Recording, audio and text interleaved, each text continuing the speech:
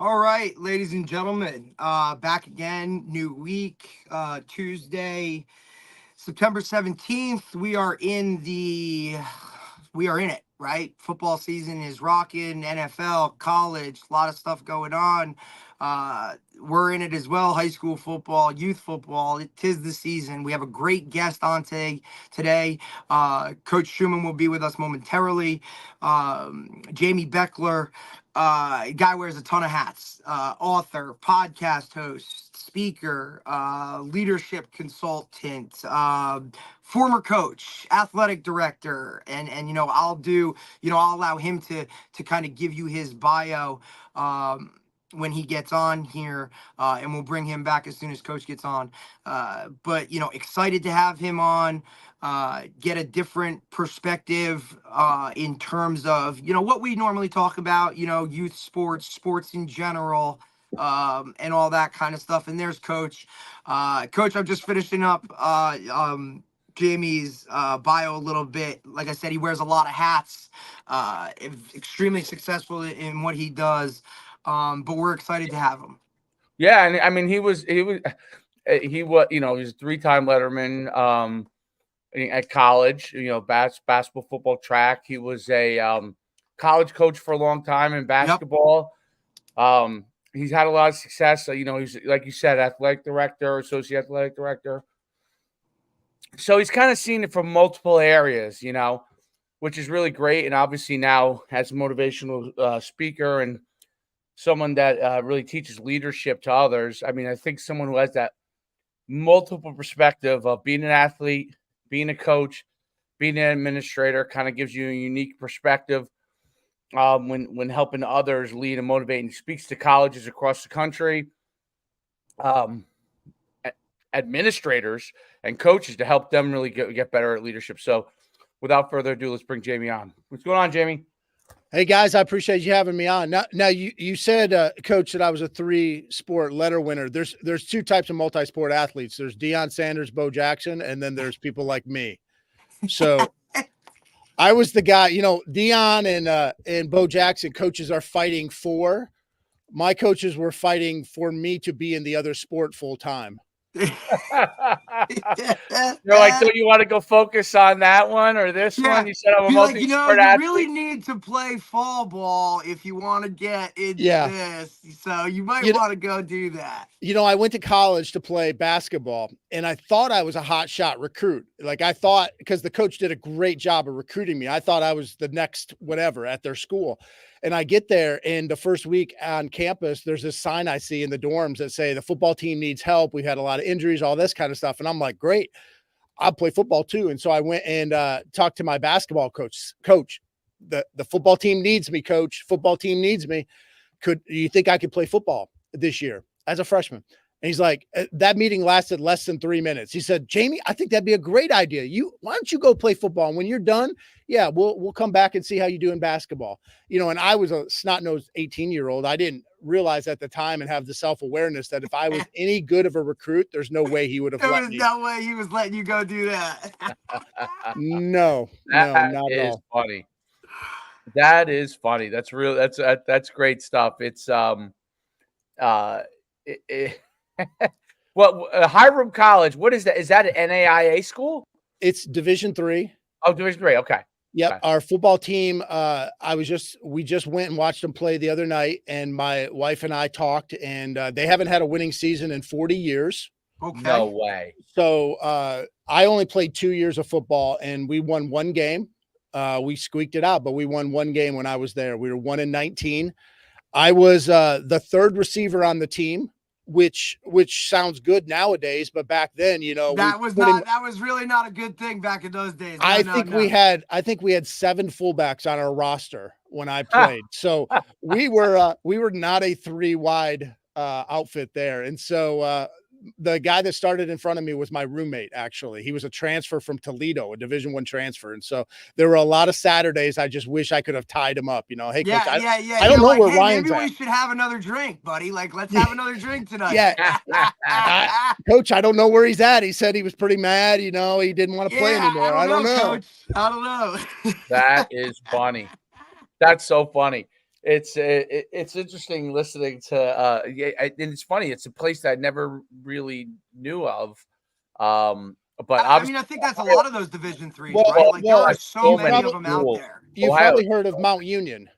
right. Well, Mount Union was in our conference. Oh, that's fun. Oh, And really? Okay. Yeah. And so the first year that they won a national title was 1993.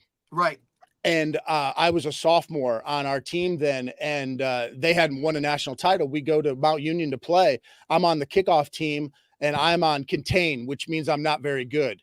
So I'm the contain guy, and we have the opening kickoff of the game. I run down there. Of course, I'm all jacked and don't contain, and they bounce it out to the outside and go score a touchdown.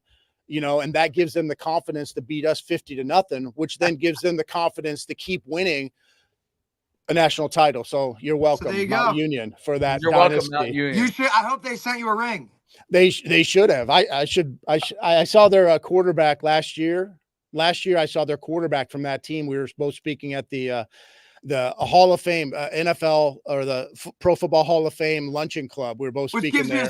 Which gives you a little perspective on that. A Division III quarterback is speaking at a Hall of Fame luncheon alongside of you. Yeah, well, yeah, they couldn't find anyone, so I had to do it at the last minute. But we're both at this thing speaking, and so I asked him for his ring, and of course he did not want to give that up. Absolutely not. No. Well, it's great having you on. Talk about kind of how, first of all, how you got into athletic administration and that first part of your career, and then talk about coaching as well. And then we'll kind of lead into obviously all the stuff that you're doing now, but talk about those kind of initial careers for yourself. Yeah, I coached for about 20 years, both men and women. I started off as a graduate assistant men's basketball at Kent State University. Okay. And in my first, this story is like a lot of people back in the day, so to speak. But my first 5 years as an assistant coach, I made $36,000 total. Yeah. In a couple of those years, I was married. And I was still, but that was all I was doing I was full-time. Not that HR knew I was full-time, but I was full-time mentality wise. And That's a very similar story for a lot of us, right? Yeah. Like that's kind of what it is. You don't hear about that as much anymore. I sound like old man on the, get off my lawn, but back in the day, people were paying their dues a little bit more, but I coached for a while, had some success, had some failures, was good and bad at different times, learned a lot. I eventually had an opportunity to go be an athletic director, a high school athletic director at Marion, Indiana, the Marion Giants, which is, toward the top for everybody's metrics when it comes to basketball in the state of Indiana. No one's won more boys basketball titles. Their gymnasium seats over 7,000 people. So it's a crazy Marion Giants tradition. So as a basketball junkie, that was awesome for me to be able to go be the AD there. So we did a lot of great things there in a couple of years. From budgets to student athlete leadership to hiring good coaches to winning a state title. So there was another state title. So that was pretty cool there. And then I decided to get out of organized athletics and I started my own business, Bechler Leadership. And so we do leadership consulting. We speak. We just really try to help athletes be better teammates, better leaders, and then help coaches help facilitate that a little bit better, help coaches be more coachable. And then this past year, we actually added a small college searching firm. No one's helping small colleges find coaches. Absolutely not. So we started doing that as well this past year. So that's phenomenal. Yeah, you mentioned in the intro that I wear a lot of hats. We try to do a lot of things to help culture and help build that up, help coaches be better, leaders be better, so that ultimately student athletes can be better. And I think that's a much needed thing. Coaches need to be able to get coached on leadership, and especially the younger generation, because like you explained earlier, back in the day it was much more you pay your dues, you kind of learn those things from paying your dues. You know what I mean? And now there's an accelerated process to everything, and there's pros to it and cons to it, but the con to it is they think they're ready for leadership and they haven't really gone through the rigors of the highs and lows of what it takes to do that. And I think that's overall like a huge area where help is needed. Because I could only imagine, I'm just thinking about football, for example, but football coaches are that's at the college level, it's an expanding thing. And they're bringing on young guys all the time, right? At the high school level, you have a turnover now of younger guys coming in, but not as many that want to do it, right? So the ones that do it sometimes aren't as prepared, and they have to be coached on it, right? So talk about what you're like. You're really trying to get through to these coaches, how they can help lead the leaders that are going to be their coaches doing the job for them. Yeah, well, one of our biggest philosophies, and not every coach wants to hear this, to be honest, is we have to be more coachable ourselves. It can't be just about us. And part of this is from what I'm seeing out there in the industry, that coaches are struggling with this, that coaches are, it's about me, my next job. It's about me looking good. It's about me getting a promotion or more money or whatever. It's partly that, but it's also partly, I was the youngest Division III coach in America when I took over. Now, back in the day, 27 was young. Now it's not that young. But when I was 27, I was a head coach. That was the youngest in America. And I made so many mistakes, even though I was quote unquote prepared, or I was ready, or I was this up and comer. I made so many mistakes because it was all about me. Even when we did community service, that makes our program look good or helps other people, it was really still about me. It was, oh, wow, Coach Bechler's program, he runs a great program because they're doing all this great stuff or this leadership stuff that he's doing. But ultimately, it was about me. I didn't really care about my athlete. Like, I cared about them, but I cared about me a whole lot more. And so I still see coaches today making the same mistakes of making it about us as coaches as opposed to the student athletes. Now, that doesn't mean that you let the inmates run the asylum, so to speak. Right. But we have to get more where those athletes feel like they're part of the process, where they feel like it's our team, not just Coach Bechler's team or Coach whoever's team. And I think a lot of coaches struggle with that. I saw it. Oh man, I'm forgetting who it was. Just in the news recently, but it happens all the time. A player will make a mistake or have a turnover at the end of the game, and the coach will blame that player or will blame someone or will just go, off the rails about something, when in reality, there were so many plays that led up to that. There were so many plays that dictated the game throughout. There were so many decisions that we made as a coach, and we need to be more inspiring as opposed to playing the blame game. And I know it's easy to say this in our living rooms, in our office, but as coaches, we play the blame game a lot. Hey, it's not my fault we lost this game. Hey, it's not my fault you had that turnover or you missed that throw. Well, it might not be your fault, but it is 100% your responsibility as a coach to either have prepared them, to put the right people in the right place, to set them up for success, or to make sure it doesn't happen again. And oftentimes we don't do a good job of that as coaches, of taking responsibility for what happens on the field. And I was the same way as a coach. It's not my fault they had a turnover. Well, maybe I put them in the wrong position. Maybe I called the wrong play. Maybe I didn't prepare them well enough for a situation that they were going to get in. And I think as coaches, sometimes we don't critically analyze ourselves and how we could do better because we're trying to save face. And certainly I'm painting with a broad brush and generalizing, but I think if more coaches, not that you're apologizing 24/7, because the better you get as a coach, the less you're going to have to apologize. Right. But we should be a little bit more humble and a little bit more coachable because we want our players to be like that. And if we want our players to be like that, well, they're going to need to see an example at some point, because if we say that their parents are idiots, well, then where are they going to get all that humility and coachability? Absolutely, 100%. And I think a lot of us coaches were very territorial, right? Like we've always been leaders. We're most of these guys were captains or something of that nature, where you're always kind of the focal point of everything. And that's the same with as a coach. When you're leading your organization or your program, you need to set that example. Don't just don't just talk about it, be about it, right? Actions speak louder than words, all those cliche things. And I think a lot when in this younger generation, it's very tough, right? Because like you said, they're Yeah. they're not willing to kind of go through the process. And guys like us coming up, like, you don't just start off calling plays because you're good at Madden, like you got to kind of go through it and learn those things and take those hard lessons in order to earn basically what you ultimately want to get to. And a lot of those guys that, they don't really do that. They're more, say certain things, but not act on it. And I think that the more guys and the sooner people realize that, the better you can ultimately become as a coach. Yeah. But I realized there, especially at the higher levels, there's big money involved. But even at the high school level where you're making, essentially vacation money, you're getting a couple $1,000 stipend or it's gas money, Right. still at that level, there's ego involved, even if it's not 100%. about, it's ego involved and I'm smarter than this 15-year-old. Right. Well, I hope that you are smarter than them, but you should be.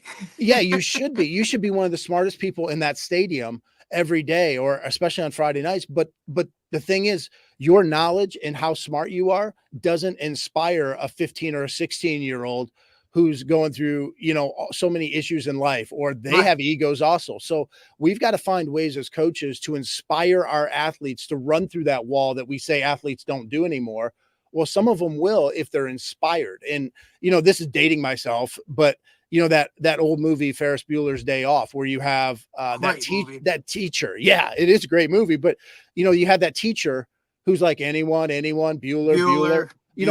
He's probably the smartest person, about whatever science or math he was teaching, but nobody's inspired by him. And sometimes as coaches, that's how we get, we're just the Bueller, anyone.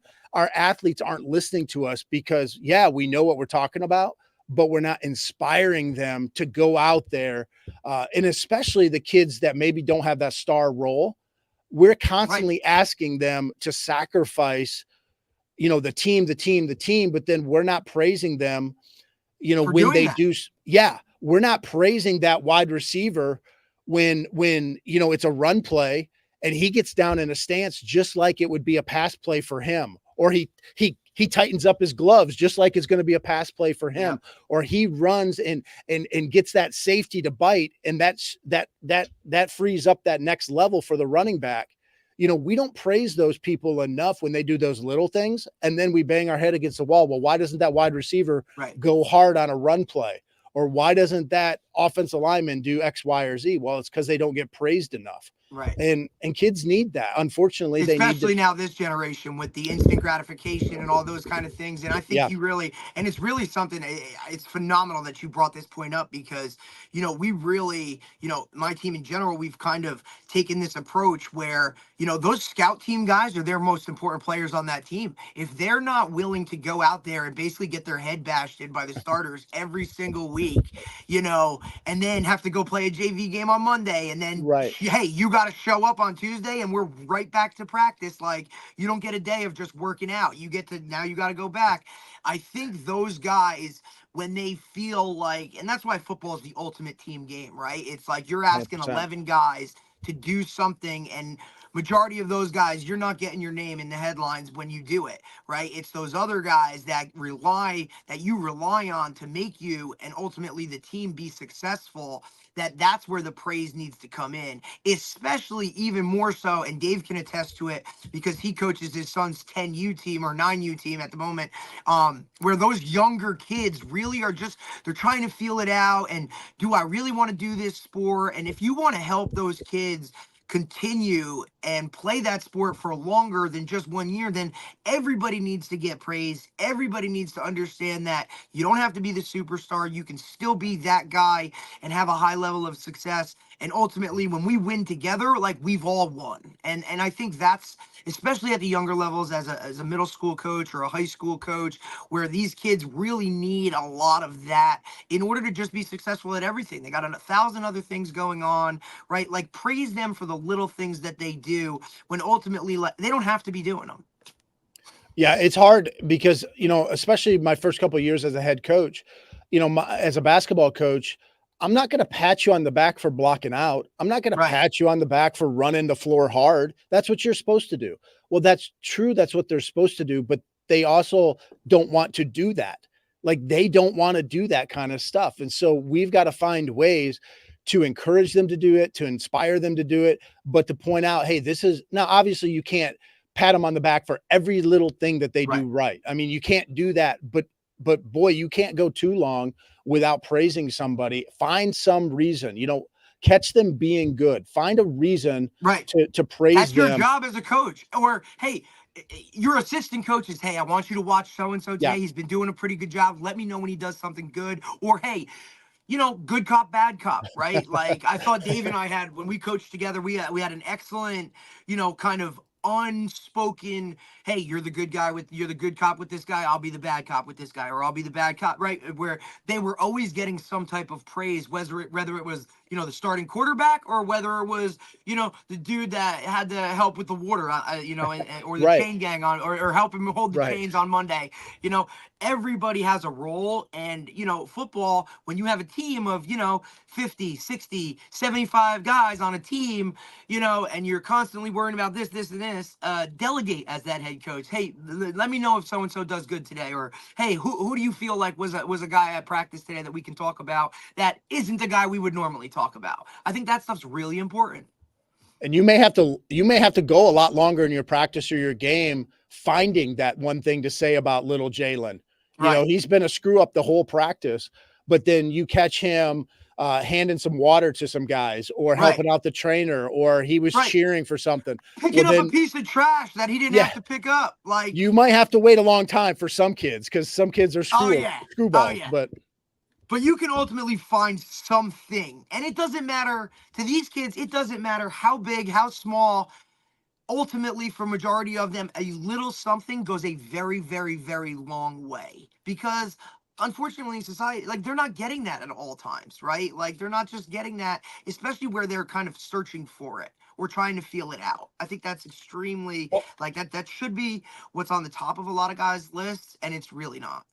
I think what also is big is understanding what each kid needs, right? So absolutely. You have to know your team. Every kid is different. And there are kids, listen, I'll use my own kid as an example. There are times when he really needs praise, and there are times when he needs a kick in the butt. Like, all of a sudden he gets a little full of himself, right? So now it's not about taking somebody down a notch. It's about making them understand that in order to be successful, the same things are required: consistency, doing the right thing, hard work, paying attention to detail, putting in effort at all times. Those things never change. Having determination when you're on the field or in practice. Enjoying if you have something good happens, enjoying that moment. If you do something wrong or you make a mistake, being accountable for the mistake and then figuring out what can be done to correct that mistake, right? So that's important. That's the thing that, like, and listen, everybody does it as a coach. Something bad happens, you get upset. You find yourself getting caught up. You may yell, or you may just show a face that shows you're upset. Body language, right? Like, some these people kids just read show body a face. language now a ton. Yep. And then, but the key is, you have to once you gather yourself, you've got to go and put your arm around that kid. You got to be able, or adult, whatever it is, right? And you got to communicate to them and say, hey, listen, I'm not mad at you. Okay. That's the biggest thing that people and coaches don't understand sometimes, is that you have to make sure that they understand that you're not mad at the person, because kids, even including college kids, because you coach in college, this to be true. Okay. And I know I didn't coach in the NFL, but I was an agent in the NFL, and I saw it even with those guys. Okay. Sometimes people have a hard time separating someone liking me from the action, right? So they associate that you dislike them, not that you dislike the action. And that's kind of, kids obviously are easiest to understand that happens too, right? That's why you have to, even if you get upset about something, you have to try to almost immediately try and then put your arm around them, and then also explain what they could do better next time, because they immediately think you hate me, right? That's the first thing. You take it very personal. And high school kids are the same way now. I remember playing, like, I've had many coaches. Obviously, I'm older. I'm 50 years old. I've had many coaches scream at me in probably in the harshest manners and go on Using about it, some right? verbiage that would not be okay today. That's for Yeah, sure. no, that wouldn't be okay today. But it was. I was raised in a different era. I never really thought that the guy hated me. I thought he hated my performance. Yep. Today, that's all associated in the same thing. Literally, the kids think you hate them, not the performance, and they can't. And it's funny because I even think back to when I was 10 years old and like wrestling and stuff. If I won like 95% of my matches as a youth wrestler, but when I would occasionally get beat, and or a coach was coaching me hard and I made a mistake and they corrected my action, I was just more mad at myself. I really was never upset with you might like briefly be upset with the coach, but I never thought the coach hated me. That's Right. what's changed dramatically, and it's part of the change in upbringing, the change of social media, and obviously why you see a lot more coaches approach things in a different manner when at all possible, because we're definitely more sensitive. I don't know whether it's a good or bad thing. I don't know the answer to that, but I know that they have a hard time separating coaching from personal interaction, and that's the hardest thing to me as a coach. That's why you have to know each person and you have to be able to talk with them. And I think, and you were an administrator, so you know this too, is that the hardest thing for administrators is to know whether the coach understands that or not, because they field complaints about things and they don't really know. And a lot of modern administrators make the mistake of blaming the coach in situations when they shouldn't. When sometimes it's a matter of just having a conversation between the athlete and the coach to get everybody on the same page. Well, there's no question. What I've seen is administrators cover their own butt. Of course. But I mean, coaches do too, to a degree. It seems like everybody's doing that. I think it's the era we're living. Everybody's looking to cover their stuff because everybody knows all it takes is an allegation and you might be done with the way social media is now, right? Like these things get out and are blown out of proportion and are sometimes like the wrong report, that guys go into it with that guarded type of, I need to protect myself and my family first, which is a tough way to do things. Yeah, but there were a number of occasions when I would have a parent come in, we would have a meeting, coach would be in there, I would hear both sides, and I would essentially defend the coach, or let's find a win-win solution. Let's figure this out. And then afterwards, I talk with the coach and I'm like, are you seriously this dumb? Like, yeah, I mean, I wouldn't say it that way, but I mean, I'm like, but you wish you could say it that way, right? Like it's actually easier to say it that way, but we have to be, you're shooting yourself in the foot. Like you didn't make a very good decision. Like it's not illegal or unlawful or anything like that, breaking rules, but it just wasn't a wise decision. Like this was obviously not a good decision. You probably should have made that. It was going to make a parent mad. Right. And now you've put me in a situation to have to defend you and ultimately put my tail on the line, right? Like, but you learn, because I know I probably did a lot of things as a coach that would drive an athletic director crazy. Now, granted, I was at the college level, so you dealt a little bit less with parents then. Nowadays, like there's very that line is blurred now between college and high school with parents. There's very little difference nowadays, but still, as coaches, we do shoot ourselves in the foot a lot with, whether it's just the way we talk to our athletes or the way we treat them, or we just don't give any thought to our punishment. Let's say, we're going to punish one kid one way and then, or we have this appearance, I should say, of being unfair, or we just, hey, it's my way or the highway. Hey, I'm going to do it this way. Well, we've got to, works. We've got to explain a little bit things anymore, right? No, you've got to explain a little bit more on things, which is unfortunate, but that's the way it is. But, coaches forever have had to adjust and adapt with their game plans, with things that are going on, the situations and on their team. This is just another way that we have to adapt and adjust. Now, we may not like it, but it's just, you mentioned, Coach, about whether it's good or bad, we got to worry about their feelings a little bit more, or that kind of stuff. It's just a way that we have to adapt. It's the way it is. And we have to figure that out. But I actually think it can be a good thing, because not that it's a good thing that the kids are getting softer, so to speak, in air quotes, but I think it's good that it's making coaches care a little bit more about the individual than maybe they would have. Now we can go overboard too, where it's just a kumbaya session. Yeah. Well, one thing I think that is, here's the one thing that I challenge it a little bit on here. Okay. Is that I think coaches, the majority of coaches really do care. Okay. And my thought process is that the overwhelming majority of coaches, I'm not saying that there's some guys that win more games than others, that I'm not talking about wins and losses. I'm not talking about, my thing is, I think the majority of coaches, especially as you move into like middle school and high school, those coaches for the most part really do care. And I think even at youth level, I think, even though obviously a lot of times the parents are coaching, from what I've seen is most of the time the coaches really do care.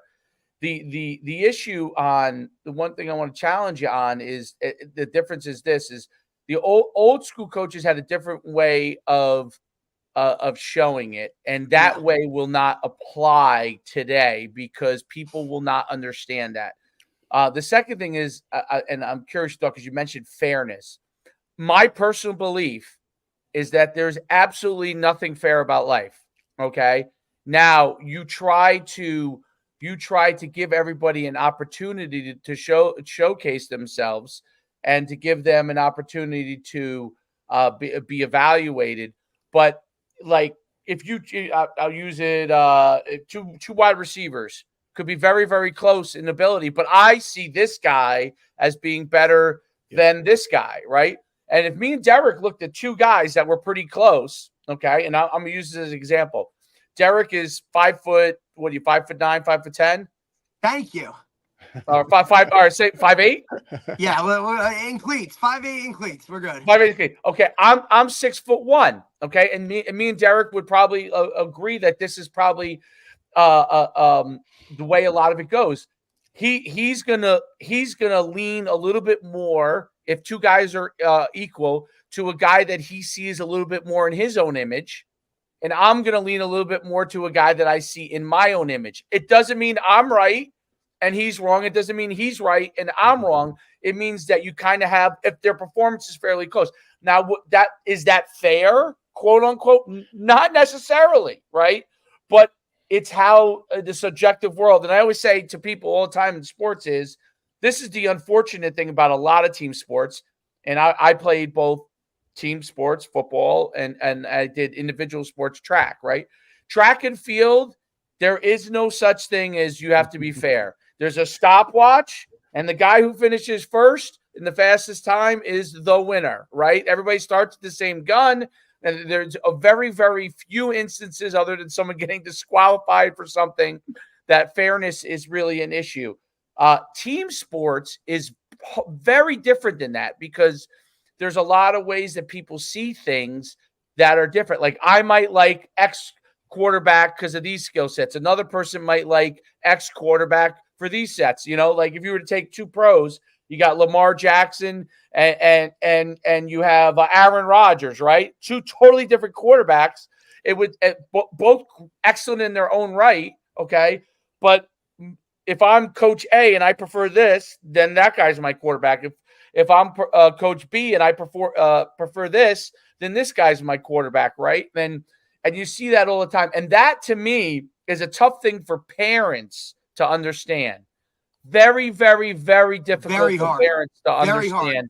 And that's where I would say the overwhelming majority of issues, even when my son's on another team that I'm not coaching, even for me as a parent, because you think, well, I think he's better than this person, right?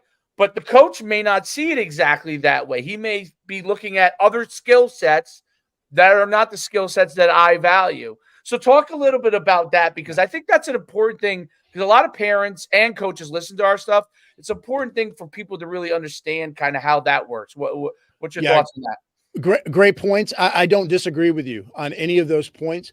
I do think coaches care a great deal about their athletes. I think sometimes we don't show our athletes that we care. Because we have to be, because then it goes back to that whole MO of you're the tough guy. I Yeah. have to put on this Nick Saban type of, or Bill Belichick type of Yes. model. And listen, I literally just heard Julian Edelman talk about this with that persona, right? But meanwhile, behind closed doors, you could go to Bill for anything. You could go to Nick, Yeah. and those guys are the most, giant teddy bear that you could possibly think of when it came to those people. But because we feel the need to put on this tough guy persona, it leads to a lot of different things.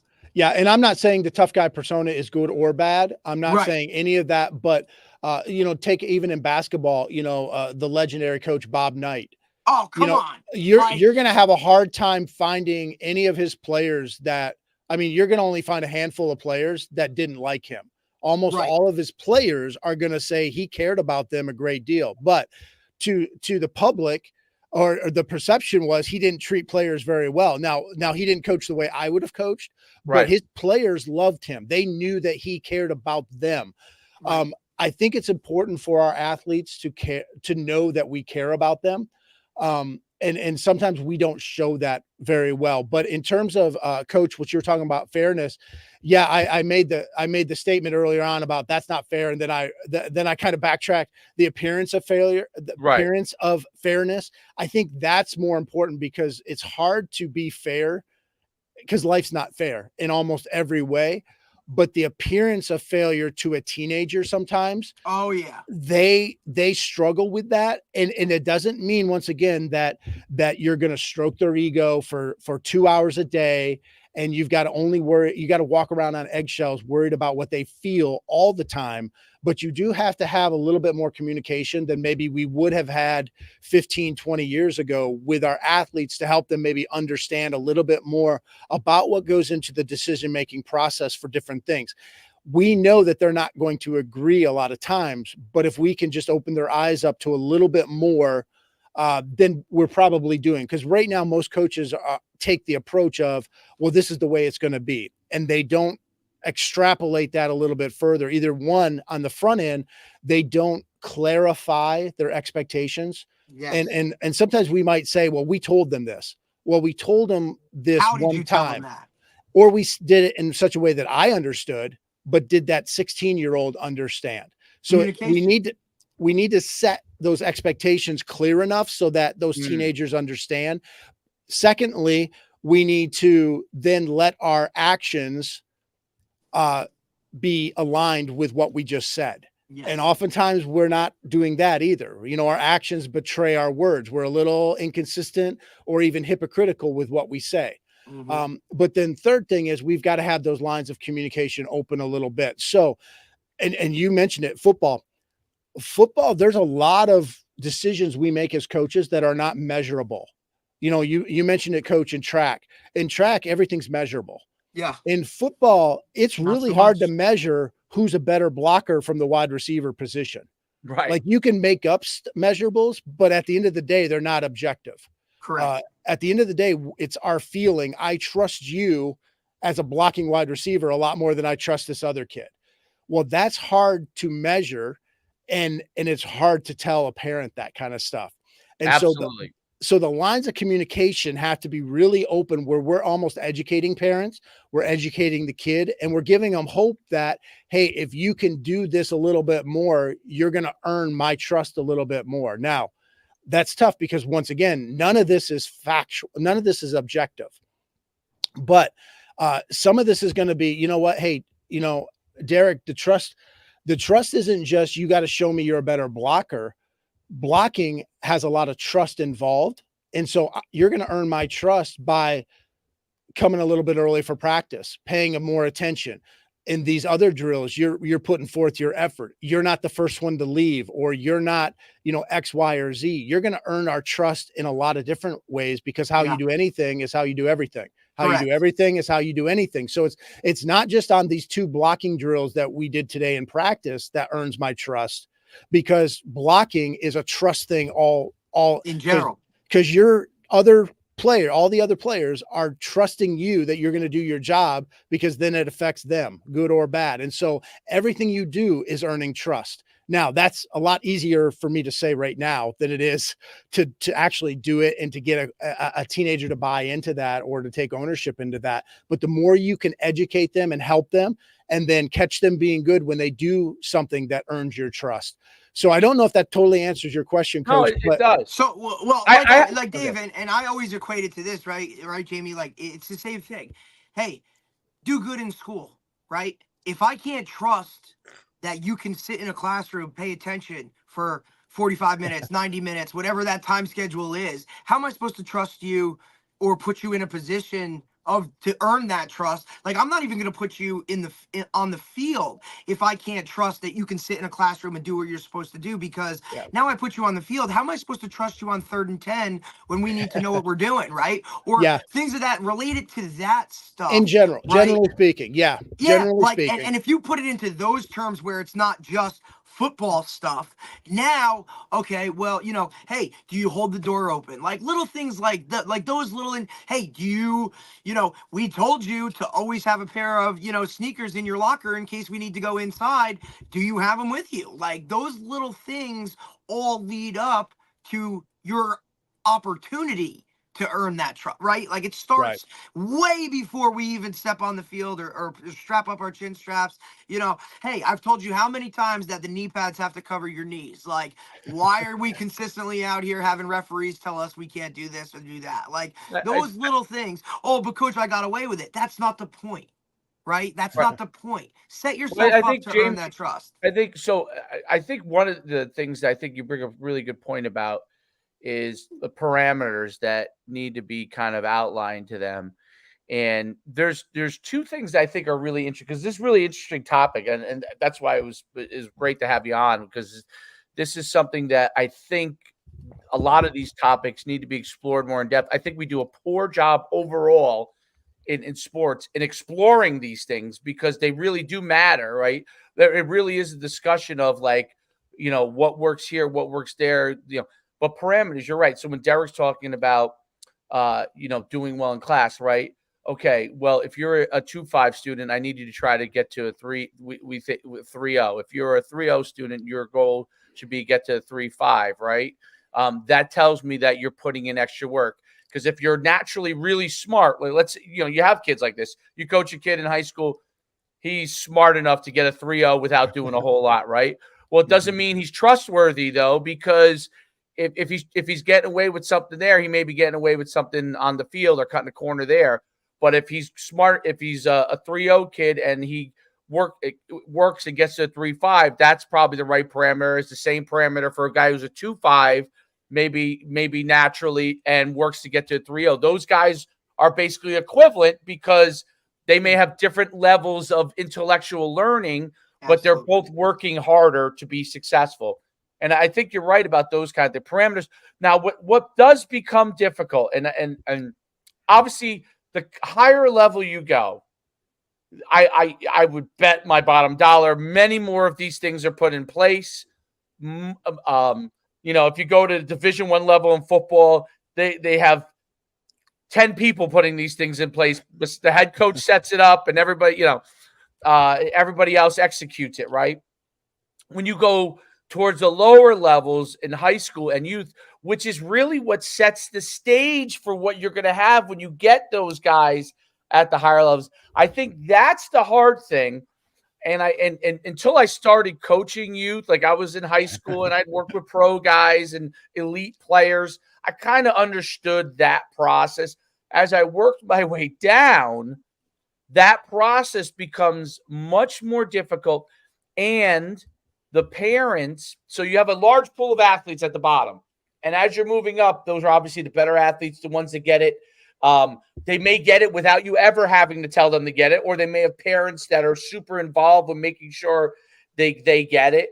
And you start to work this part. The issue is high school is kind of like in the middle part, and youth is obviously the lowest part. And those are the widest two areas.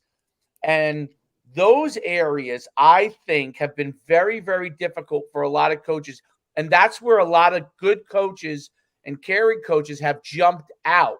The top area, everyone wants that top area, Of course, because you're getting paid. You're getting paid, right? So you're getting what the people best. don't realize is that's the least number of spots available, right? Like there's only so many programs in the country, and even if you are, you have to be on that upper echelon of coaches in order to make that money. And is it sustainable? So I think that the big thing is, how do we begin to teach the high school and youth coaches who are going to ultimately send better kids for success at the higher level, which will help make their jobs easier, because those guys are already probably pretty darn good just because they got hired to begin with. They may have some things here or there, but they're pretty darn good, right? It's the middle and the bottom level that have the hardest time. What can we do to help those guys set these parameters? They're not getting, high school, they're not getting paid a whole lot. Youth coaches, middle school coaches probably aren't getting paid anything. How do those guys figure out how to do that with the window of time that they have? Yeah, that's a very difficult question. And, two philosophical things, and then I'll get into a couple nuts and bolts. Number one is, I know it's cliche, but why are you coaching? Remember, and it might be when I coached, I wanted to coach because my high school coach poured into me. Well, when he died early at 47 years old of cancer. I cut out his obituary, put it on my wall right over. So when I sat at my desk, I saw his obituary every day. That reminded me every day of the why I coach. So remembering the why you coach, because most of us don't get into coaching to be rich, especially at the youth level. But why are you coaching? Number two is reminding yourself every day, I need to be a coachable coach. I need to be a coachable coach. How can I improve, grow, and develop every day? Because when I'm doing that, then that's going to lend itself more likely that our student athletes or our little kids, our 10-year-olds are going to grow, develop, and improve. Plus, that's going to be an attitude I take into practice a little bit. So two philosophical things is trying to remind ourselves what our why is and to be a coachable coach. But then from there, looking at it as, how can I inspire my athletes every day? How can I make this fun for them? Now, I know at the higher levels, sometimes fun is not a word we want to use, but how can I make this fun for them where the learning is good? And part of that is making sure the practice is planned well. Now planning and organization is not fun, but what's necessary. What's not fun is a 10-year-old having to stand there while you explain again how we rotate in this drill. A 10-year-old standing there waiting 5 minutes for their turn to go in a drill because you've got a million kids in this drill and only one ball or whatever that is. Kids have like 7-second attention spans. Right. You have to, yeah. I mean, they're TikTok all day long. Boom, boom, boom, boom, swipe, swipe, swipe. Well, as coaches, we have to do a much better job. And I hate to say this, but we have to do a much better job TikTokifying or Instagramifying our practices to a degree. 100%. I agree on that 100%.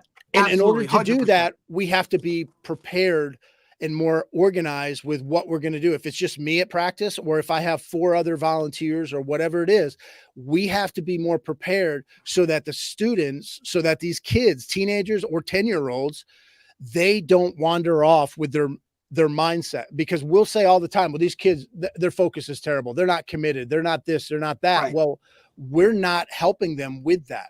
How are they supposed to stay focused for a boring 2-hour practice? They're not going to. And then we get mad at these kids for not being like us. So we have to do a better job of preparing and planning and organizing our practice so that, it's going to meet them where they're at a little bit more. And then once they get excited about something, then maybe we can stretch things out. Then maybe we can add a little bit to it.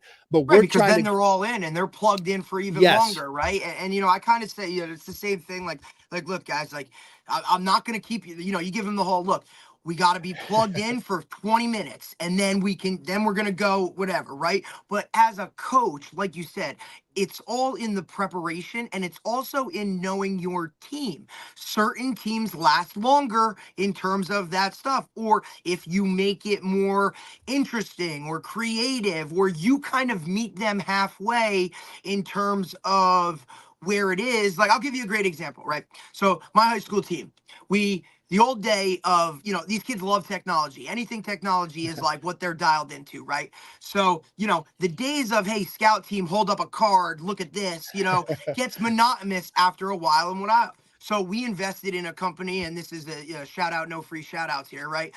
Go Route is it's a device, basically a phone or a mini tablet that goes right around their waist, where now we upload the cards, we draw them on Huddle or whatever, we upload them onto the cards. Now these guys all wear these Go Routes around their waist for practice. And as a scout team player, I don't have to come back to the huddle. I'm not looking at a card every play. I can literally line up, look down at the play, and know exactly what I'm doing. And just that little bit of technology inserted into practice, it's unbelievable. I've been bragging about it to Dave for weeks. It has literally, not only has it increased our number of reps in practice, but the buy-in from the kids now. I mean, you would think it's like, I open up the bag and be like, all right, Go Routes. I mean, you want to talk about a fight? Like, now we got some fights over the Go Routes. Like, I'm getting one, you're getting one, just because you added that little bit of what they need. And for their attention, they're not looking at a card, then they have to go here, go there. It's just bang, right there, go. Gone. And like you said, it's something new, it's interactive, it's like it's what they're on the regular basis of what they're doing day to day. And now now they can get going. And now we've seen just the overall every bit of practice be so positive because of this little like tweak that we made in terms of meeting the kids halfway.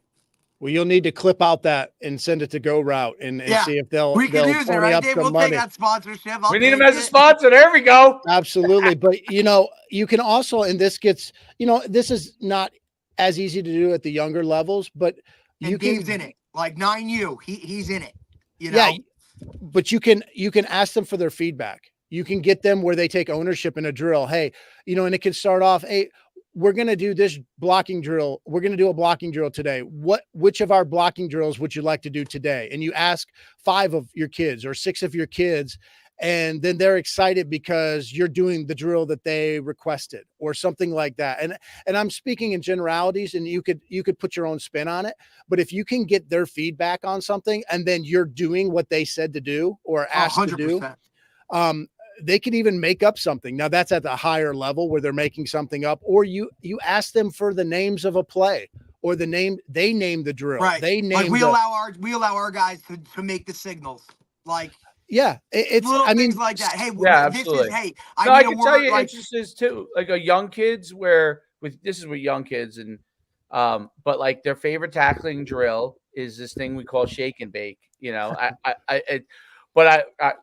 Because they basically, the old days used to do these crazy Oklahoma drills, but you can't do that anymore. You modify it. It's a modified drill. Not where you want to be in prison. One guy's gets to make a move within a space from an angle, and the other guy tries to tackle him. It's kind of an angle tackling drill, but they like it because there's a goal at the end, like someone's trying to score and the other one's trying to stop them, and it's the number one drill they always. We don't get to do it every day because it doesn't apply every day. But we try to do it at least once a week with them because they ask about it every single day. The same thing with today. We're doing shake and bake today. We're doing shake and bake. That's exactly what they say. You're like the same thing is with tug of war. So we do tug of war, but like we can't do it all the time. Right? But we try to do tug of war once a week or once every other week because they love to do. We break them into 4 teams, and then they go. It's like a tournament. They tug of war. And they love it, and someone wins and someone loses, but they all have fun. They're kind of working together. So like I can think of off the top of my head, those are 2 things that I know every day. If I could do them every day, if they would do those drills every day, right? But at least it gives them something to look forward. At least once a week, they get to do it. They get something to look forward to. And those are just 2 quick examples. There's probably 4 or 5 other things that they've said to me. but I hear those two over and over and over and over and over and over again, just like we give out prizes, right? Derek knows this. Like, I'm big on giving out prizes. I'm big on giving out stickers on the helmets. Yeah. And we give out, like, I mean, you wouldn't know these things, but things like teeny mates or football cards and stuff like that. And if a guy does well, or if a unit does well, or a long touchdown, the whole unit gets it. Or so they look forward to those things, right? And not everybody gets a prize all the time. Like this week, for example, probably the whole entire team is getting a prize. It's gonna make me broke, but because they played very well as a whole, they had a bunch of really good things happen. And so basically the whole team will get a prize. But what basically they remember is, wait a minute, we did really well. And of course, you probably won the game if you did really well as a whole. And now we're all getting prizes. I want that feeling again. I think that's part of what you're talking about is kids want the kids and teenagers. They're trying to replicate feelings that they feel are joyful for them. That gives them the experience, and they probably won't even remember the 90% of the wins and losses. That's my guess, because I don't remember it now at my age. You know what I mean? Like, I can remember a few of them. All right. But what they will remember, the fact that they got cards if they did something well. They will remember when they did tug of war, right? They'll remember that shake and bake drill. Yeah. They will remember that. But it's funny because the parents only remember whether they won or lost, whether Johnny got the ball. Well, think about it, Dave. Like, how many compliments do we get, right? And even that, like, when the kid comes home from our camp with something every day on top of getting that T-shirt or whatever, like, the parents are like, well, what'd you do, bud? And then they can explain what they did in order to get that. And now it's, it just takes it to a whole nother level, and I wanted to touch on another thing, Dave. The whole, like, I remember, like, one of the greatest things I think that, I've taken from Dave's process of being a head coach and doing all of these other things is that, and we were talking about the individuality of each kid on the team, is not so much setting hard, fast rules, but more parameters or guidelines within the program that gives a coach that wiggle room that, hey, it's not, okay, you were late to school, so you got to sit the first quarter, because that hamstrings you in terms of every situation is a situation by situation basis. So a lot of coaches, I feel like, they come out and they're like, these are our rules and this is how we're going to get things done. Well, everything's a case by case basis in my eyes, because with the way the world is now and individualized, like I said, you can't cookie cutter certain things anymore. You have to kind of take it as that. So more guidelines, not rules. Well, I was curious to hear your take on, like, how you feel about that. Yeah.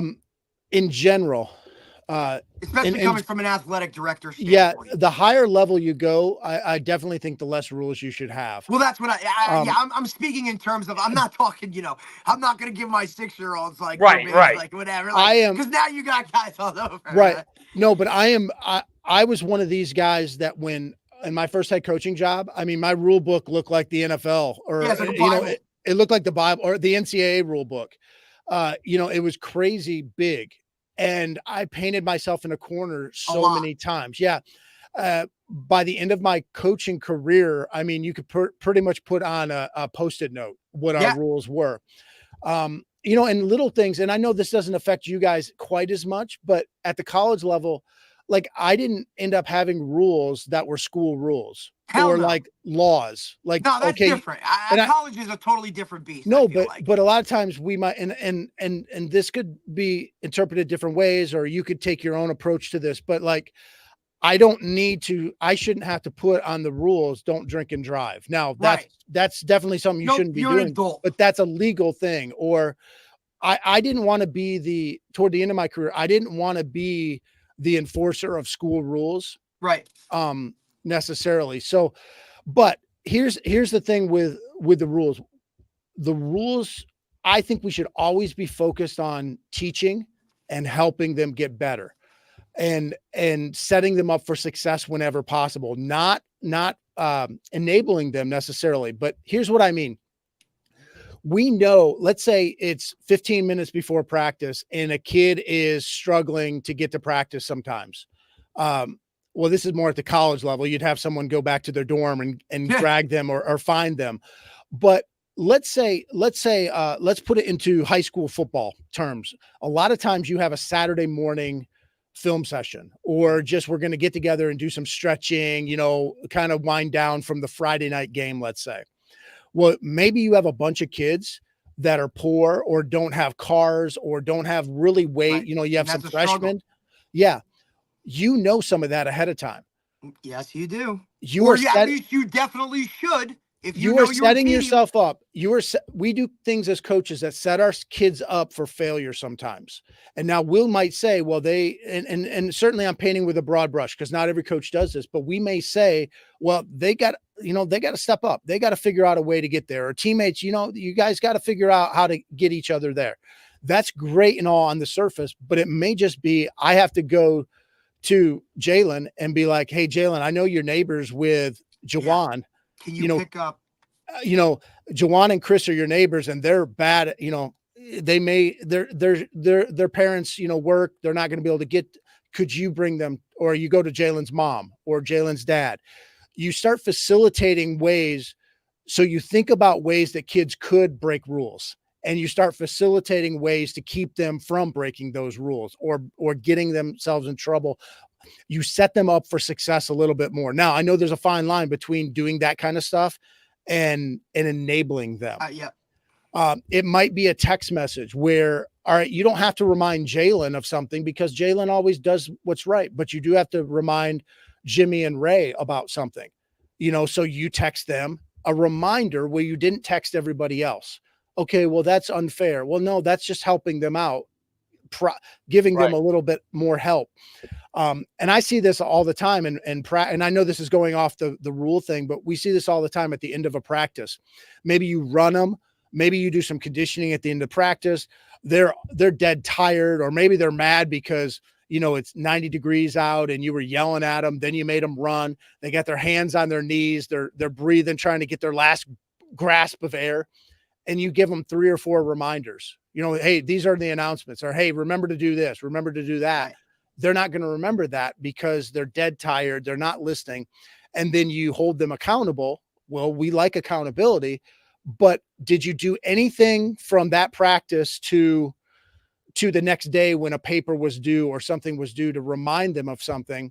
Well, maybe they got ADHD, maybe they're autistic, right. Maybe they're just dead tired or they're not paying attention. Okay. Well, and that's where I was going with it. The special education model, right? Where some guys need more. Yeah. Some guys need more. They need that IEP. They need that individualized type of, okay, or maybe you're not enabled. I mean, like you said, there's a very fine line. And as a former special education teacher, right? Like that's part of this whole gig is these guys are going to give you those parameters within that educational plan, but even as that teacher, and this will probably rub some people the wrong way, but sometimes that's just enabling, and sometimes it's an actual diagnoses that it is what it is. Sometimes they just need that little bit of push. They need that little bit of tough love or that extra, whatever. But it's not like you're going over the top. But some of those guys need help. So like you said, set them up for success, not failure. Well, there's so many ways to remind people nowadays, and I know it can get to be a pain in the butt, because why should I have to remind these kids, especially at the higher levels? Well, do you want to win? Well, yeah, exactly. That goes back to kind of one point I made way at the beginning was sometimes we play this blame game and it's not my fault Jalen didn't turn in his paperwork. Well, no, but it is your responsibility to help him to remember that or to remind his parents of this. Or now if it's getting to be a point where I keep reminding him and nothing changes, well, then you have to evaluate, am I reminding him in the right ways? Maybe, I'm reminding him, I send him a text message. Well, maybe you don't do that. Shut off at 9:00 and you always send the text message at 9:30. I mean, that's a silly example, but you start evaluating, all right, am I doing everything I can do? We're living in. Well, my son's phone goes off at 7. He's a teenager, a 14-year-old. His phone goes off at 7. Whether or not we're good parents, I don't know. But good for you though. Good but for if you. his coach were to send him a text message after that, he's not going to get it. So if you know that about an athlete, send the parent a text message. Or there's so many ways we can look at this. And I'm not saying to enable people. I'm not saying fill out paperwork for people. But what I am saying is I think as coaches, we need to step up a little bit more sometimes, or have our assistants or our volunteers, spread out that work. But how can we remind our athletes and set them up for success a little bit more, as opposed to being a gotcha coach? Oh, I gotcha. You screwed up. I'm going to punish you. That's not smart. One of the things that I think administrators can help with, and this just kind of really popped into my head, and I was just thinking about myself when I was a high school coach for 20 years or 19 years, and the things that I would deal with. And you brought up a point about, like, there's so many things as a head coach. Did I text this group here? Did I send something to this individual here? Did I talk on the phone with this guy here? Did I get back to this parent there? One of the things that administrators, I think, should help head coaches in all sports with a lot more. And the reason why I say this is because remember, Derek, when we had Dell, he was just phenomenal with this. This one of a kind type athletic director. He like tried that's a once in a lifetime guy. Yes, but I learned. I mean, we were only with him for a year because he left, and then eventually we left because of that. But the he was great at taking as many things off the coach's plate as possible, meaning like paperwork, even sometimes equipment, like even to his own detriment. The way he looked at it was he was paid full time as an AD, right? Even though the coaches, their jobs basically were year round, even if this is my job.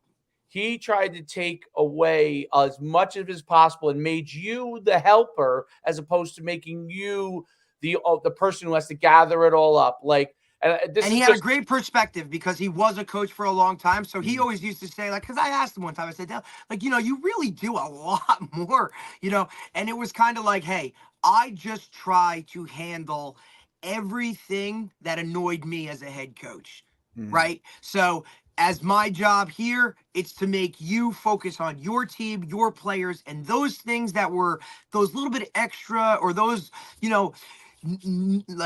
annoyances. If I can take that off your plate, now that allows you to just be a better coach, and it's more time for the kids. And that was his explanation. I thought it was so logical, and I'm like, wow, that's really kind of like eye-opening, right? I'll give you a great one, Daddy. This is a simple one, okay? And nobody ever does this, and he did this. When the football season ends, right? Okay. Obviously, if you make the playoffs, unless you win the state championship, everybody's upset after because you lose, right? So unless you're the champion, you lose. And if you didn't make it that far, you're playing in probably a game that doesn't mean that much. So yeah, you might be slightly happy, but you're not that happy. Okay. So basically at the end of the year, everyone's usually, unless you win the championship, has some level of they're sad it's over, or they wish they could have played one more play. What he did was he said, listen, we're going to collect the uniforms at this time, and I will be there. And if you could come down, I'm going to be there from, let's say, 10 to 12, have all the players come in. I'll give you the message to send out, and I'll start taking all the stuff from them. Okay. And then you can help me organize it at the end to make sure we just put it all in the proper place. But he basically collected the majority of it and put it all in the place. And then me and a couple of the assistants would help just put it away with him.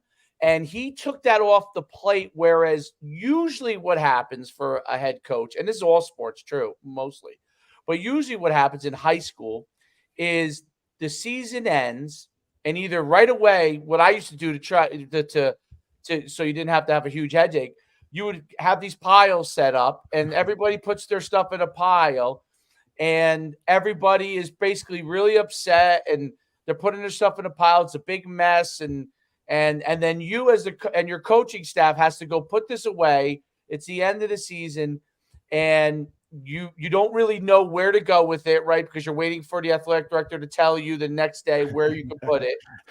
This guy took that all off your plate. And I thought that was an example of, you know what, now as an administrator and the coach is are all they're working together. And he's saying, I want to let you be able to coach and handle the difficult issues that you have to handle as much as possible. And I want to take off your plate as much as the paperwork, as much of the administrative stuff as I can. Not everything can be taken off your plate. It's crazy to think that would be the case.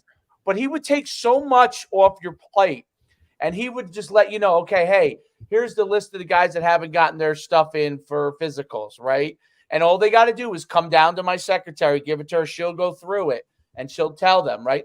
And we would get that list, and I would say, hey, you haven't gotten this, and then we could go and call the parent. But it was so well organized from that standpoint. It allowed you to be more of a coach and be able to be more with your players and less the bad cop, so to speak. It was really, really a really cool thing. And I think I think you talked about it obviously extensively, but I think that the biggest thing to me is that from administrative to coach to parent to athlete, everybody has to understand that we're all kind of working towards a common goal. And that if we're combative in any one of the 4 areas, it's not going to work. Any one of those 4 areas are combating with each other. Now, 1 or 2 individuals can be managed in that process. But if you start to get to 7 or 8 parents, or like now you got the inmates running the 3 asylum. parents, 4 athletes, because sometimes athletes can be combative, but their parents are great. And sometimes the athlete could be great and their parent is combative. You know what I mean? And sometimes the administrator can be combative and the coach is great, or the coach could be combative. And so the more of those people that aren't on the same page, the more likely you are to have a problem with success. And to me, it doesn't mean that anybody is actually in the wrong. It means that there hasn't been communication up and down that line, okay, that people are able, and everybody's on the same page of where everything's going to go. If you escalate this is what's going to happen. If you do this, if you I don't know, if you punish a kid in a certain way, right, that's really not along the lines excessive, let's say, excessive level of punishment, whatever that is. Like you get mad at a kid and everybody's done practice and you run him 20 sprints. That would be like, okay, you're going on. You run him 2 or 3 sprints. If you're trying, I'm not a big fan of using conditioning and strength development as a punishment because they start to associate that. Yeah. But there's a lot of coaches that still do it. You run them 2 or 3 sprints and you say, hey, listen, you know what? You're going to use this opportunity to get faster. So that can work. But if you go excessive, then it goes the other direction. And I think the point you made about at the end, like, and me and Derek had brought on this guy, Tony Holly, sprint. Was a football coach. Yeah, Tony Holly, great guy. With him. But his whole thing is like, if you're utilizing strength conditioning or speed development in your practice, utilize it for speed development. So at the end, even with youth kids, I mean, if I'm going to run 5 sprints, we're going to give them a little bit of a break and make sure it's full speed, right? Because we say, hey, this is to get you better. These 5 hills, we're only running 5 of them. This is just to get you better, so you're stronger, right? And so they know that there's association with the betterment of what they're doing. It's the same thing with, like, we started out the year, like when I first started coaching, every time someone did something wrong, you would do up downs. You want to be very selective when you use. If you use punishment, you have to be very, very selective, and it has to be, to me, a point that has to be driven home that hopefully you don't have to ever use it again, that they can learn from. Because otherwise, everything should be for betterment, in my opinion. I don't know. Yeah. If I'm wrong. No, I would agree. And I would even, I've never, I shouldn't say never, toward the end of my career, I was very anti-conditioning drill, even for conditioning. Yep. So there was a purpose to the drills, but I went away from that just because, hey, let's like in basketball, I mean, you can just play a lot of full court and get a lot of conditioning. Exactly. Of course. But we actually did pass patterns. We would do with our athletes. We would let them be wide receivers and and I would throw them balls and stuff. And, that wasn't the greatest conditioning drill, but it was fun. And we would do tags. Sometimes you got to spice it up, man. Sometimes you got to think way outside the box and utilize like something that's going to click for these kids, especially with the way, Dave and I talk about it all the time. We try to push multi-sport athletes like, hey man, like maybe now you just found something else, or just to switch things up for these guys in terms of that nature. It's so important. Yeah, and we even went with we did a lot of morning practices or morning workouts, 6 a.m. type stuff. And we started going with, when we were doing conditioning, we started going with a lot of like cardio equipment or aerobic equipment. And whether it's the bike, the treadmill, the stepper, the elliptical, those kinds of things. And then we would keep a chart, and it was a competition every day.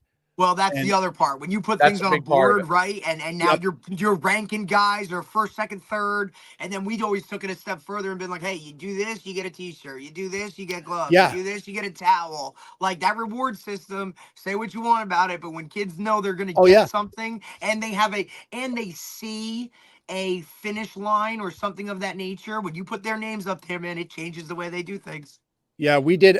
We also did where if they beat the coach, if they beat me on a certain day, then they got out of conditioning, or they didn't have to wake up the next morning, something like that. And but we went to that primarily because I wanted to take the pounding off of their legs. Yeah, like, I knew they weren't ready in the morning. I didn't want to fight that too much, and I still thought that we could get some decent conditioning out of them.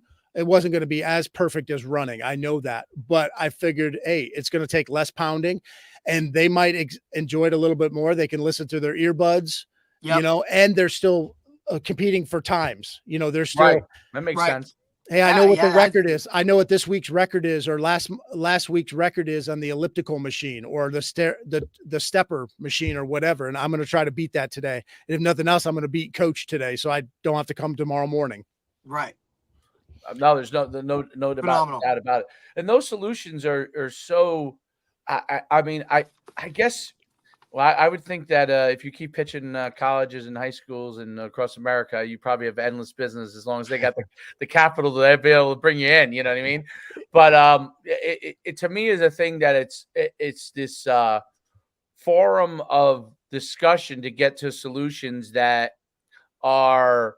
It's not just about being like a better way of performing, but it's enabling them to figure out how they can enjoy their journey as well. And I think that's harder than ever. And then my question on this is, and this is going to be a tough one. By the way, you've handled obviously, because me and Derek are coaches, we deal with these things all the time. So you've handled these questions unbelievably well. Thank you. But one of the things that I find is so challenging for coaches now, and this is college, high school, and youth, they're all dealing with this now, is that if I'm unhappy as a player, I can go over here. You don't give me the answer I want, okay, which is going to happen if someone's a backup or someone's not playing where they want to play, or a multitude of reasons. I'm going to go over here and leave you. Okay. Now, most coaches' answers, including mine probably, is I want you to stay because I like you and I think you could be very valuable, but you should do what's best for you. That's in the old days. That wasn't, listen, the old days, I'm going to sit down with you. I'm going to talk with you. I'm going to have a conversation, figure out what is, but my thing now is because everybody's going to have some level of unhappiness. We try to figure it out if we can. Okay. If someone's unhappy, we try to figure it out. But ultimately, you have to do what's in your best interest. Now, that's changed tremendously in sports, and I think it's the pros. This is not really a relevant thing because they have salary caps, and you can be as unhappy as you want. You're under contract, you're going to stay there. But in college, high school, and youth, the same. In college has led with this, with transferring and being able to leave at any time. And there's pros and cons to it. The pro is no player is stuck. I was a player. If I was if I was stuck, I would be, I would be unhappy, right? The flip side of it is you may not be able to salvage a potentially salvageable situation. And I'll use myself as a simple example. It's pretty easy to do. My first year in college, I was not used to being third string, and I thought I should have played right away. Right? I was ready to leave. My first 6 months, I was ready to leave. My father told me, if that's really what you want to do, we can do it, but I think you should try to stick it out. Right? I stuck it out. I had an injury, and then I was the starter the next year. That was great, all well and good. I started. I did very well. Then my coach got fired. New coach came in. I had a back injury, and I was out for a year, and I came back, and then that coach didn't like me at the position I was playing. Right? Now, luckily, because back then, if you transferred, you have to lose a year, and if you went down a level. If you stayed at the same level, you'd have to sit out a year. So I stayed. They flipped me to the other side of the ball. I ended up starting there, and I was successful. But if I were to think about it in today's terms, I probably would have stuck out the first one because I was young. The second one, when the new coach came in and said, "Hey, I thought, this is not. I don't think you're that." He didn't say he didn't think you were good there. He thought there were other people better there. I'll flip you over to the defensive side of the ball, and we'll see if you can have success there. It worked out. But when he would have decided that in today's world, I probably would have thought to myself, I should leave. Okay. And Derek, does that make sense? I mean, it's kind of, I'm trying to be practical in how I'm thinking about it. I think that absolutely. I mean, look, you could literally look at my situation as well, right? Like, I started out at one school, had, some family issues where my cousin was, ultimately passing away from cancer. I wanted to move home, and, you kind of make those moves based off of certain things. But like exactly what you're saying, with the way these guys have the ability now to almost transfer without penalty or leave without penalty, right? Like, they have a very different perspective of how they go about things, knowing that they have that escape, I guess, if you can, that they can go do it. And my long-winded question on it is simply this: how do you? Is my approach a reasonable approach with trying to handle people that are I might leave or I'm not happy. Try to solve the problem. If not, you tell them if we can't solve it, I want you to be successful. I don't want to be holding you back. Right. Because I see a lot of the coaches kind of at the college level, they definitely have that approach. Right. At the high school level, now you're starting to see that approach as well, because in New Jersey and in Florida and Texas, you could transfer. I don't know if in Texas you can, but in Florida you can, and most of the South, you could leave a school and go to another school with basically very little penalty, which is okay with me. It's just, what would you advise coaches to handle those situations? Because you don't want to have like an influx of your whole team coming in there, right? But you also want to manage the process the right way, so everybody thinks, okay, I made this decision that was in my best interest. Yeah, I feel like if I had the answer to this, I would be making millions and millions and millions of dollars. Great answer, Coach. We just wanted to see what you got. How do I, at the college level, how do I go against the NCAA and their stupid decision-making process of just opening it up and making it the Wild Wild West? It's insanity. Yeah, and I believe you should be able to transfer. I just don't believe it should be zero consequences whatsoever and zero. Agreed. Not penalty. Penalty is the wrong word. Consequence. Right. Consequence is a negative word, but it can be positive and negative. But I do think the NCAA went from, they just knee-jerk reacted. They went from, really, really strict jumped the gun real fast. Yeah, they went from one extreme to the other, and there's a lot of spectrum in between. Sure as hell didn't think it through. Well, yeah, but there's a lot to unpack here. I'll try to simplify a couple of my thoughts here. Number one, I don't think you should try to force somebody to stay. I know you weren't saying that, but you don't. Once their mind is made up, rarely are you going to be able to convince somebody otherwise. Yep. For the most part. But where I think we can use, let's say Jalen decides to transfer from your school. He tells you he's transferring. You may not be able to keep Jalen there, but are there some parallels to Jalen's situation with Jawan and Chris's situation over here on your team still? So maybe Jalen's going to leave, but Jawan and Chris, they might leave after a few months if something doesn't change. And so maybe you're able to change the way that you treat them, the way you communicate with them, the way you interact with their parents, the way that you utilize them on the football field even. Maybe Jalen could have been played on defense instead of offense.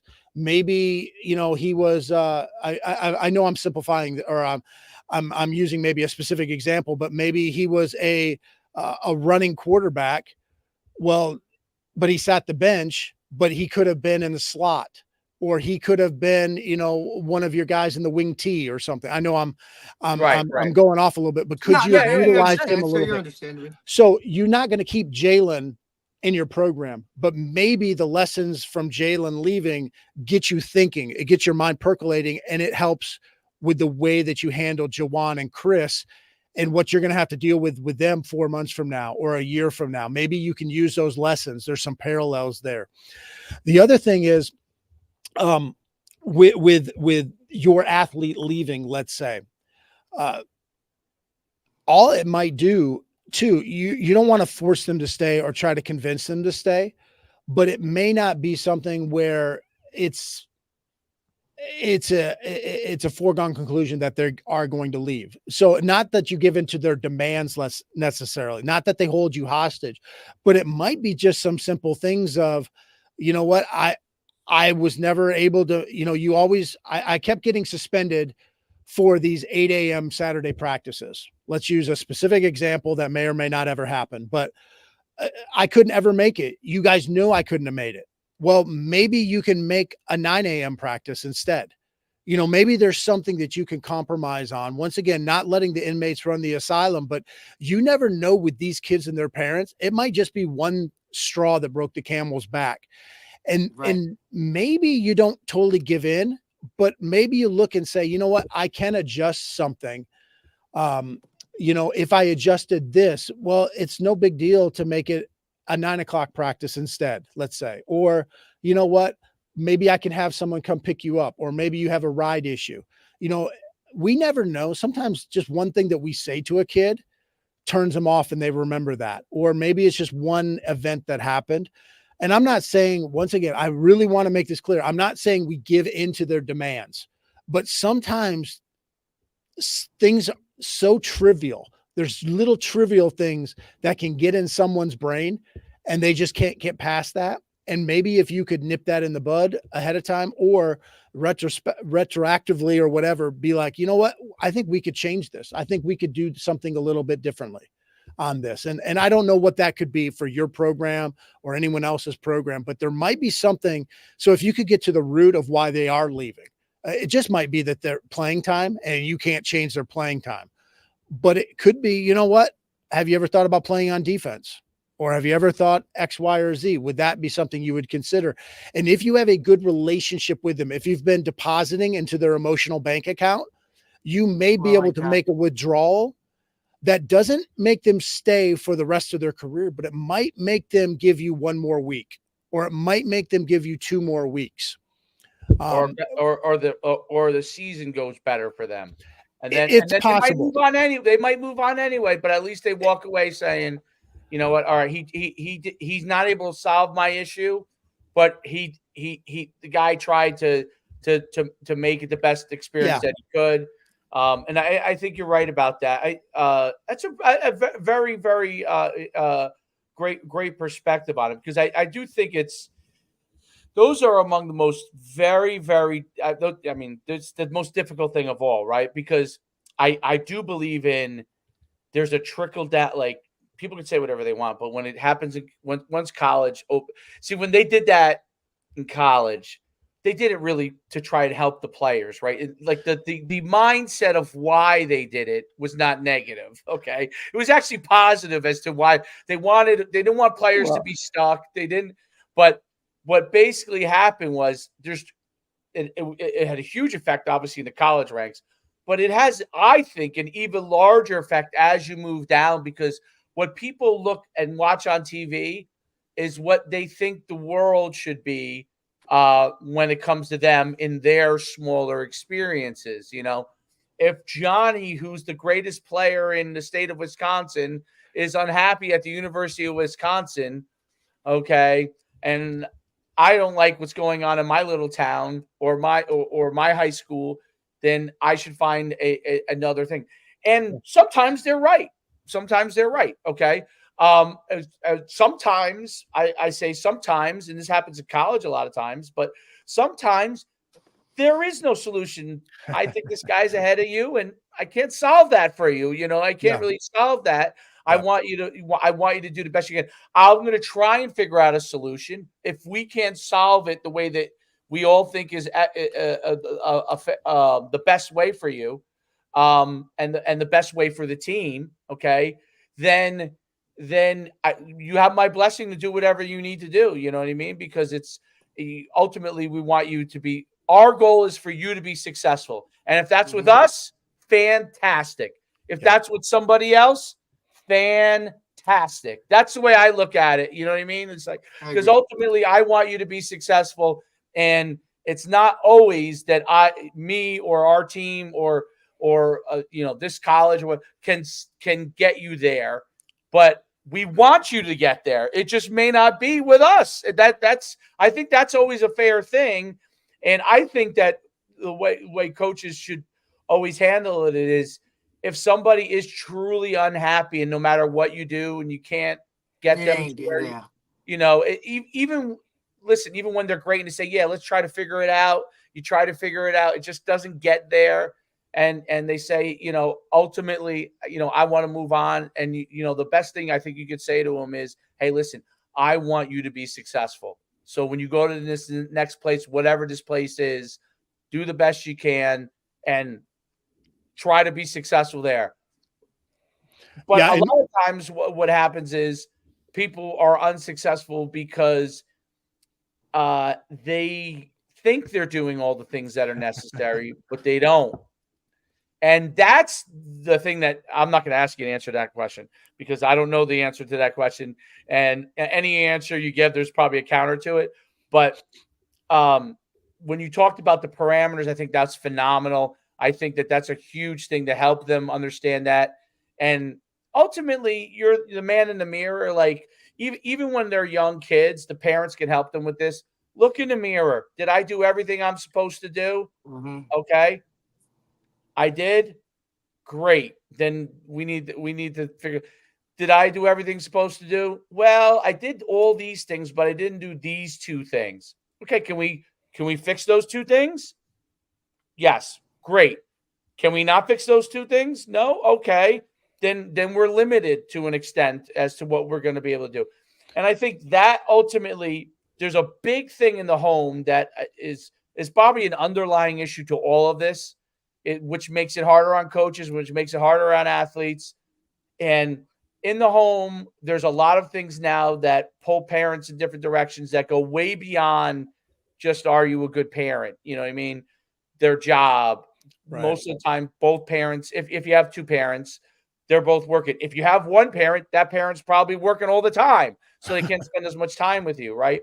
Yeah. And that's the hardest thing. And we don't trust coaches as much as we used to. Okay. And there's maybe really good reasons for that. I'm not saying there isn't, but we don't trust our coaches as much as they used to be able to help parents along in that process. Whereas I think, maybe back to when Derek, but definitely back when I was growing up, like even my youth coaches, they knew me. They knew my family. The high school coaches, they knew me. They knew my family, right? That is much less and less. And it's kind of two sides. Coaches are scared to get too close. That's true, because they've been burnt. And parents are scared to let their kids get too close because they've been burnt in different areas, right? And that's ultimately why you get hired and paid the big bucks to talk to people to help solve all of those issues, Jamie. That's exactly it. That's why you get the big bucks, so you can solve all those issues. But I want to let you give a final point before we let you go. I think you are phenomenal. Well, I appreciate that. I want to give two thoughts on the connecting with your athletes and parents issue that I've seen very effective. One is in the off season.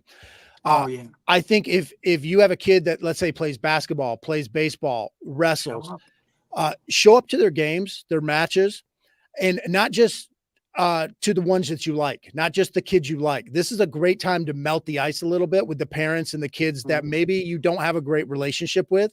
Now, don't sit with them. If they're a basketball player and you don't have a great relationship, don't sit with them for the whole game. That's awkward. But what you can do is just, you know what? You see them, you 30 seconds, say, hey, I really enjoyed watching Jalen play today. Okay, great. The next game, maybe it's a minute, and you say, hey, Jalen took that charge in the third quarter. That was really cool. That was awesome. Okay, that's all. You keep it very simple, but you do these little connection points with these parents and or the kids during the off season, and that'll start building up. We talk about putting some emotional deposits into that bank account. It's not going to make them love you, but it's going to start that relationship going more positive. During your season, utilize the first 5 to 10 minutes before practice. Pick out 3, 4, 5, 6 kids a day that you're going to go up to and have just a minute to 2 little conversation, not about the practice above, but you already figured it out. Okay, I know that Jalen loves Kansas City Chiefs.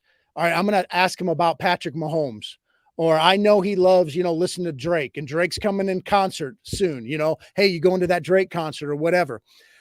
I would do that actually as a basketball coach toward the end of my career. We would do that, hey, Jalen's shooting free throws at the side basket. I'm going to go up and just start rebounding for him, talk to him for 1 minute or so. And then at the end of that 1 minute, I'm not going to say, all right, well, it's Jimmy's turn. I'm going to go talk to Jimmy over here now. No, you just hand the ball back to him. Hey, great. I'm looking forward to practice today. It's going to be great. Keep it up. Great form today. I love that. But you're talking to him in just little things, and you already know what you're going to talk to him about. And you can almost make a list, a list of these players. Now it's easier in basketball than it is in football because you have more players, but you could start with assistant coaches doing this as well. So you could cover more ground and not their position. That's a good point too. It's one of the reasons I love doing special teams. I get to interact with every kid every single day, position, whatever. And that's like pre-practice, during stretch, go, hey, how was school? Or just some random type of thing. But you may have to be intentional. Know their name. I don't care if you have to have a cheat sheet. Go out there with a number. I don't know how people don't know kids' names. Put their tape. 100%. It's literally, I try to, and this is tough, but if you can interact with every kid, whether it's just a, hey, what's up, a fist pound every day, try and get a kid and say, hey, or every kid every day if you can. If not, break it down to certain days. Make sure they know who you are, what you're all about. Don't just be that guy that's only there, from this time to this time and only coaches your position. Those things matter to these guys. Sorry, I didn't mean to cut you off. No, that's a great point. But be intentional. Yes. If you go up to little Chris and you say, hey, I know that you whatever, pick your esport, that or video game that he plays. I know that you love Overwatch. I just saw the other day that Pat Mahomes, I don't know if this is true at all, but Patrick Mahomes loves playing Overwatch before games or, after games to unwind or whatever. He's going to remember that conversation, even though 100%. It took 1 minute. And that starts that ball rolling of connecting with these players. And it doesn't mean that they won't transfer. It doesn't mean that we'll run through the wall for you every time, but it starts that process. And it might give you 1 extra week with them where they don't think you're a mean monster or something. Absolutely. Right. That would be positive, that they don't think you're a mean monster. That's a good thing. Can't be that. I'm sure I've been accused of being a mean monster at times. So I think we all have. Yeah. Yep. No doubt about it. Well, listen, Jamie, if you're doing it right, then at some point that's going to happen. Right? Jamie, the website is jamybechler.com, right? Yep. Yes. Okay. Jamie, guys, go to jamybechler.com. Check him out. Reach out to him. It's been great having you on. It's I think your insight is unbelievably valuable, and the things that you have, because you've been at multiple levels and multiple roles. Right. You have understand all those perspectives, which I think is really unique. It's been great giving you insight, and I'll tell you, you hit on so many topics in a really positive way and a positive approach to solving things, because they are sports is really, really difficult, and it's more difficult than people realize until you get into it, because like, I said, in the old days, like, you kind of, this group of kids were the good athletes for the most part, and they kind of did sports, and all these other kids kind of went and worked in high school, and that world has changed. Everybody does sports from the time they're really young. I don't care what level they are, and they're all aspirational to have some level of success in sports, and that has changed dramatically. So these issues that may not have been huge issues when they've always been issues, but may not have been as big as they are now, because you have so many more people playing sports in general, and multiple levels of sports, and travel versus rec versus high school versus college. All these different types of things are all melting in, and people are all trying to navigate this process. Coaches, athletes, parents, administrators, everybody. And it's difficult. I don't think when sports started to come around that anyone ever thought it would become the basically biggest thing in society as a whole. I mean, you look at it, what is the number one live show in every season is usually a sport, some football game, some basketball game, some, sporting event is the number one live show. And if you were to go back 60, 70 years ago, it would have been like, when the president was speaking or something like that. That's radically changed. That's a change in society, and obviously it makes what you do. You wouldn't have a job if this wasn't such an important thing, but it makes what you do really, really important, because you're that go-between to help people solve those issues. Can't thank you enough for coming on. Appreciate it, Coach. Thanks for taking the time, man. Thanks, guys. Have a great day. Enjoy, man. Appreciate you. That was phenomenal. Awesome. A lot of good perspectives there from a guy that wears a lot of hats, that sees a lot of things, that's done a lot of things at numerous levels. You know what I mean? Like college, high school, all that kind of stuff. So I thought that was just incredible insight. Really can help out our viewers and help us out. I learned a ton. Absolutely.